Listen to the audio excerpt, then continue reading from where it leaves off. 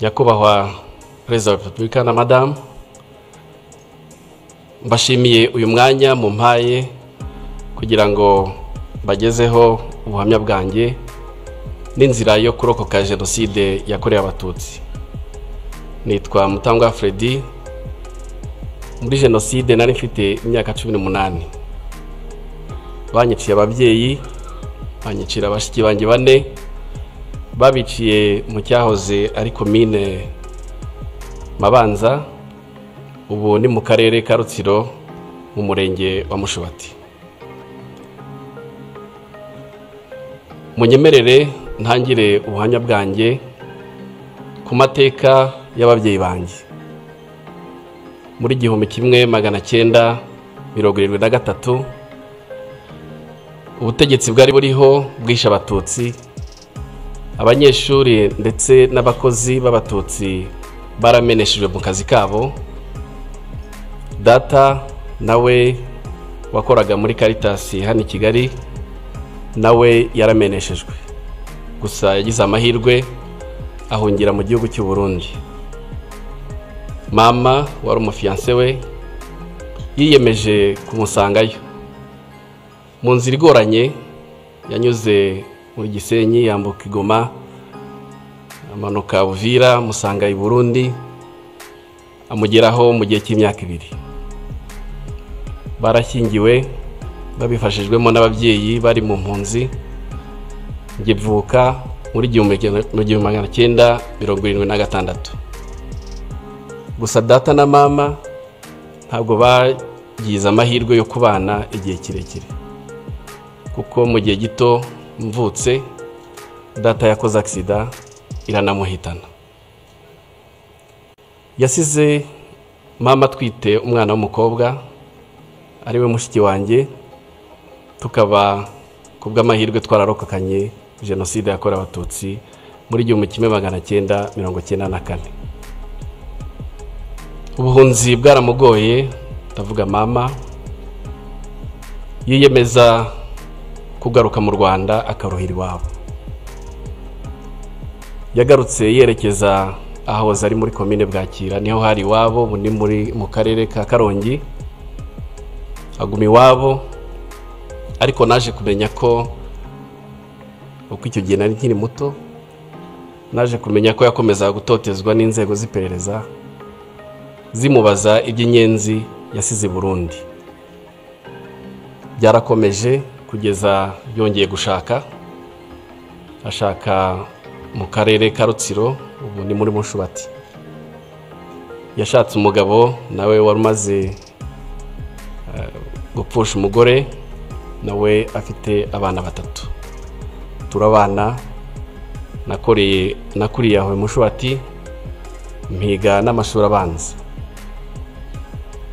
Mu gihe nari mu mashuri nibwo namenye ibyerekeye amoko, aho mwarimu wacu nigaga mu mwaka wa 2 yahagurikije abana b'Abatutsi. Icyo gikorwa bagikoraga buri gihembwe, hari ifishi ya leta buzuzaga bagashyiraho ubwoko bwa buri mwaka, bwa buri mwana. Nibwo rero yaduhagurutsaga, ngenda jijinganye, aturuka imbere, araza amagurutsa andi ikinyuguti kwitama, arambwira ngo wowe mama wawe n'umwarimu kazi hano ukaba utazi kuri inyenzi. Narahagurutse, nyuma tuza gutaha, mbitekereza mama. Nanamubaza impamvu twabaye Abatutsi, ariko sinibuka igisubizo yampaye. Gusa ababyeyi muri hano sinzi ko mwakibona namwe. Urungano rwanjye, urubyiruko muri icyo gihe twigishije urwango, twigishwa ubugome, twigishwa ubugizi bwa nabi. Ikibabaje gikomeye nuko bwigishijwe no mu mashuri, twigishwa mu mashuri ku nzego zitandukanye ndetse no mu buryo butandukanye. Abize muri icyo gihe cyanjye, muri buka imyandiko textbooks twigaga zari zuzuye urwango, nubwo hari harimo imigani itandukanye irimo inyamaswa n'ibindi, ariko hari harimo ubugome bukabije, hari harimo n'ubugizi bwa nabi. Abize mu myaka ya 7 n'iya 8 turibuka isomo twigaga ry'imyuga. Iryo somo batwigishije gucura imyuko, gucura amahiri, gucura imihini, ndetse no kubaza amahiri, gucura n'ibyuma. Ibyo byarakomeje kugeza ubwo mu gihe cy'imyaka ya za 91 na 93 mu gihe cy'amashyaka menshi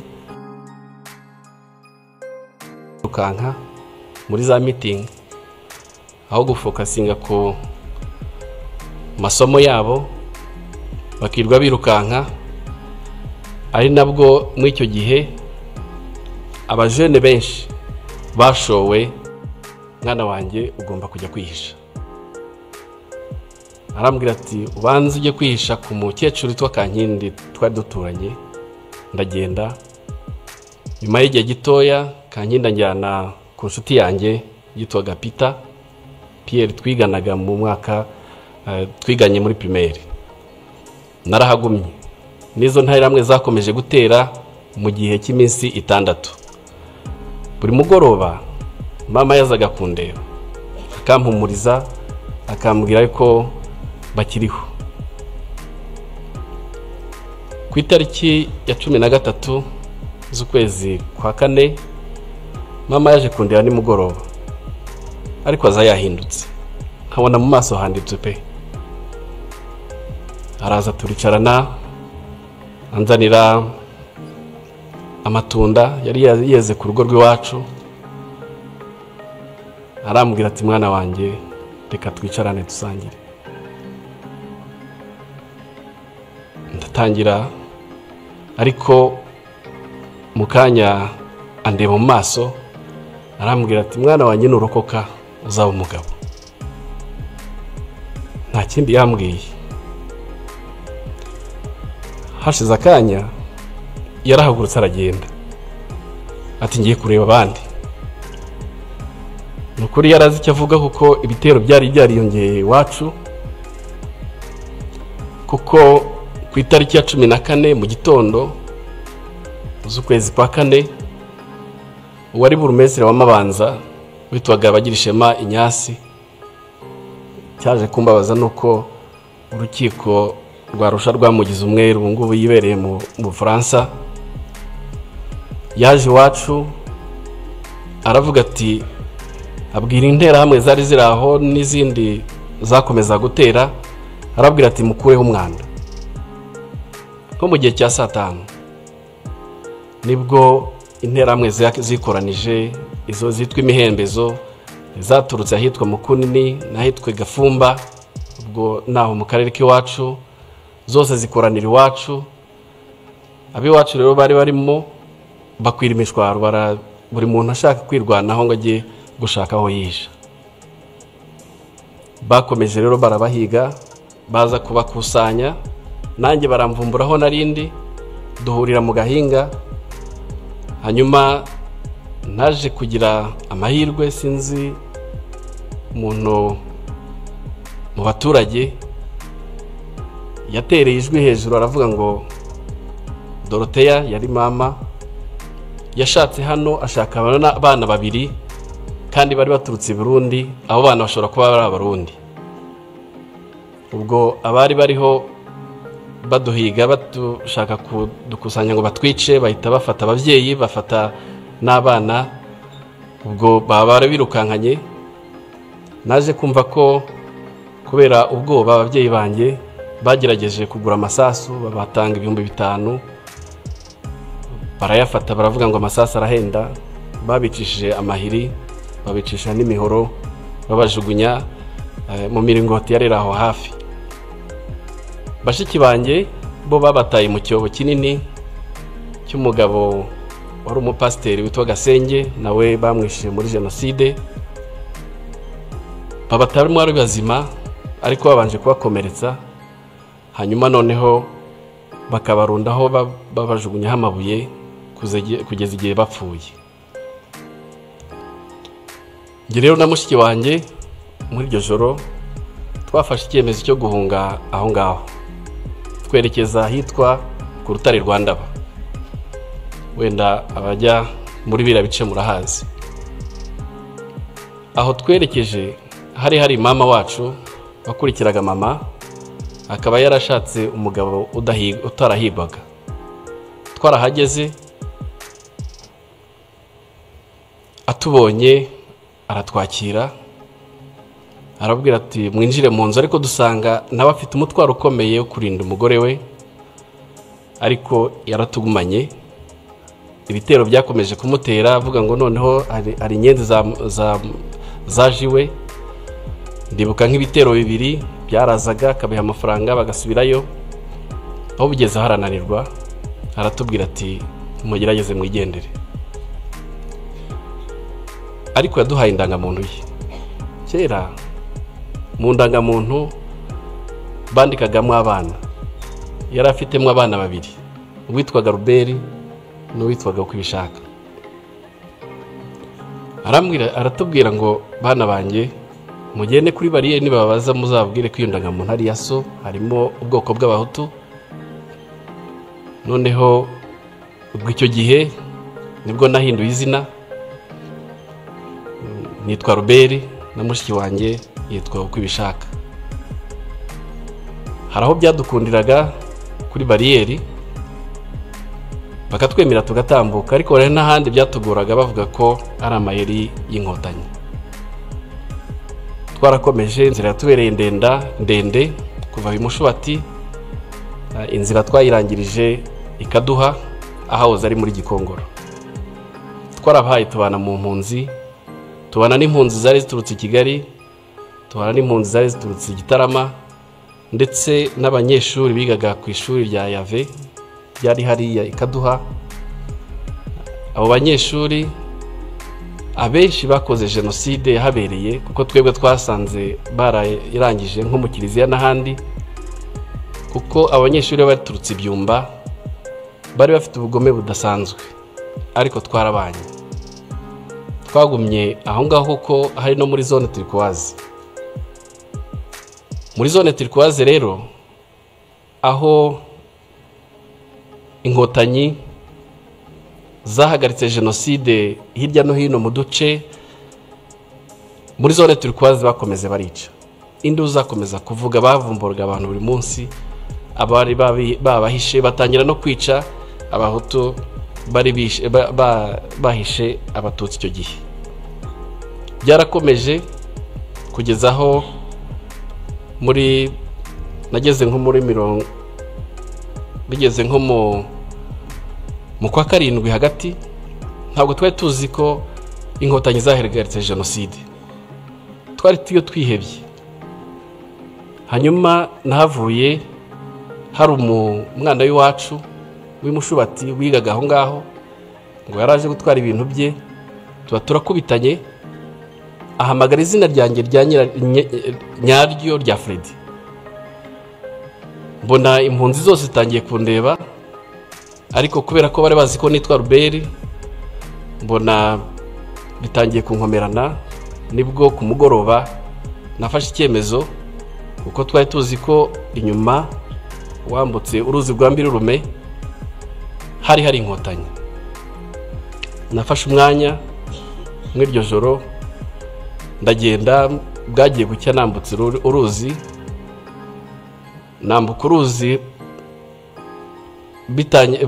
izuba ritangiye kuza, mbona abantu hakurya, ngenda mbasanga, kumbe bari inkotanyi.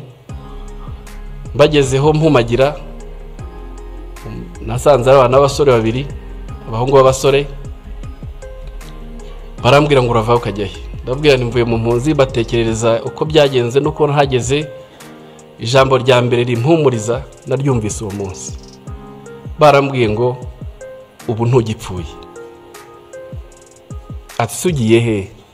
Ndumva ngiye i Kigali. Ese hari umuntu hazi? Nti ntawe. Noneho barambwira ati mu kanya hari imodoka ya Croix Rouge iri bunyure hano, turayigutegera. Noneho imodoka ya Croix Rouge nko mu masaha abiri ibirahanyuze, imodoka impa lift bangeza muri gare. Umushoferi arambwira ati muri gare ni hano. Nari narahageze rimwe kera, noneho ntangira gutekereza aho ndi bwerekeze. Nza kwibuka ko hari data wacu wari utuye Gikondo CGM. Noneho ndavuga reka ngeyo kuko nari narabasuye muri 92 njyayo. Mpageze nsanga baramwishe ari amatongo. Ko bwari bwije ndara mwayo matongo. Aho rero niho numvise ntekereza ijambo umusirikare w'Inkotanyi ambwiye, ntekereza aho ndaye mu matongo. Aho niho natangiye gutekereza ku buzima. Ikindi gihe numva ntaratekerezaga.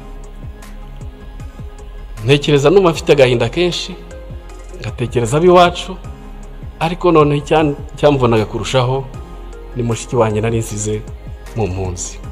Ntiyanamenye nuko nagiye. Igitangaje kandi nayo mateka ntiturayaganira. Sindamenya icyo we yatekerezaga, nta nubwo yamenye uko byangendekeye ngeze i Kigali. Hanyuma bukeye nza kuza ngaruka muri gare, ndongera ndambuka mva CGM nza hano muri gare hano Kigali. Ngira amahirwe akomeye mpura n'umuntu wari umushumba w'ahantu hafi y'iwacu, yari yaraje i Kigali.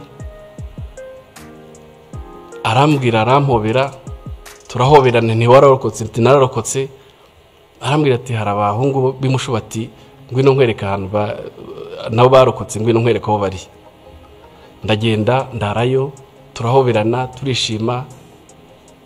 Noneho ningiye wabwiye amateka y'iwabo, kuko ngewe jenoside yabaye ari hondi, kuko bo bari baraje i Kigali batazi uko bagenze. Se runaka yarapfuye, ese runaka yarapfuye, ngenda mbabwira mbatekerereza kuko nari nzi ko uko byagenze. Hanyuma rero naje kugira amahirwe mpura na data wacu wari warahungiye Burundi, ahungutse arancumbikira, ubuzima butangira gutyo. Ariko yaraturanye n'umusirikari witwaga Mutabazi, yari umukapiteni niko yambwiye. Ndagera mutekerereza uko nasize mushiki wanjye mu mpunzi. Arambwira ati nyina akora nk'Inkotanyi, ati mu mpunzi tawhano ni nko kuva he nko kuva hehe ndahagana he. Ndamutekerereza. Buke mu gitondo aramfata anjyana aho ngaho, ni nawe wamfashije kugira ngo mushiki wanjye ashobore kuva mu mpunzi hariya, nawe muzana i Kigali. Kuri yo byari igitangaza kongera kumbona. Hanyuma rero nyakubahwa Perezida wa Repubulika, ndagira ngo mbashimire. Inkotanyi zatubwiye kubaho, tubaho. Inkotanyi zaduhaye icyizere cyo kubaho kandi turiho.